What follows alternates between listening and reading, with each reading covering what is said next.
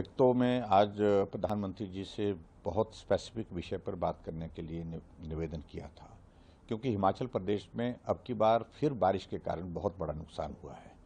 और अब की बार जो नुकसान हुआ है उसमें मंडी जिला बुरी तरह से प्रभावित हुआ, और मंडी जिला में भी मेरी विधानसभा क्षेत्र में ही अकेले जो है वो नुकसान बहुत ज़्यादा हुआ, जहां 29 डेथ हुई है। अगर आर्जोनी कॉन्स्टिट्यूंसी को मिलाकर के हम देखें तो 42 डेथ एक नाइट में हुई है, और 500 से ज़्यादा लोग बेघर हो गए हैं। उनके सामने अब बड़ी चुनौती है कि आने वाले समय में वो घर कहाँ बनाएं, क्योंकि ज़मीन भी बह गई, घर भी बह गया।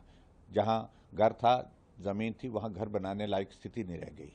उन सारी चीज़ों को लेकर के मैंने प्रधानमंत्री जी से निवेदन किया। एक तो सबसे पहले मैं धन्यवाद किया कि एनडीआरएफ की टीम और उसके साथ साथ में जो रेस्क्यू ऑपरेशन और उसके साथ राहत के लिए जो केंद्र की सरकार ने जो काम किया है वो तारीफ के योग्य है। सीआरपीएफ के जवान आए और आर्मी के हेलीकॉप्टर, जिसके माध्यम से बहुत बड़ी राहत हिमाचल प्रदेश में वहाँ पर उस त्रासदी के दौरान मिली है। अब दूसरा पार्ट उसमें यह है कि स्टेट गवर्नमेंट का विषय है कि जो बहुत गंभीरता के साथ उस सारे विषय को नहीं ले रही है।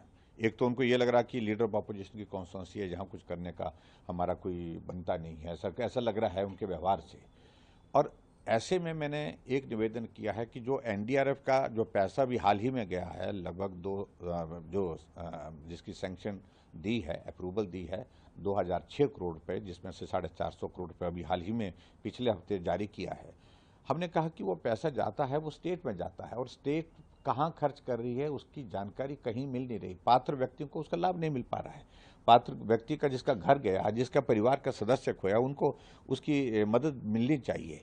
इसलिए एरिया स्पेसिफिक जो है प्रोजेक्ट हम जो बना करके देंगे हिमाचल प्रदेश से, उसके तहत अगर वो पैसा खर्च किया जाए तो वो उसी एरिया में जहां नुकसान हुआ है उसी एरिया में हम काम कर पाएंगे।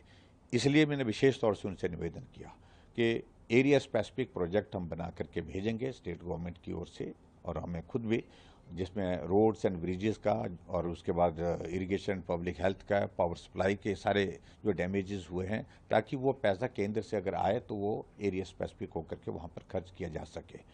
और इसके अलावा ये बार बार घटित हो रहा है, बार बार क्लाउड बर्स्ट हो रहा है, फ्लैश फ्लड्स आ रहे हैं, हर बार आ रहे हैं, और इसके कारण बहुत बड़े नुकसान हो रहे हैं हिमाचल प्रदेश में। उसमें स्टडी करने के लिए मैंने कहा कि उसका एक अध्ययन करने की आवश्यकता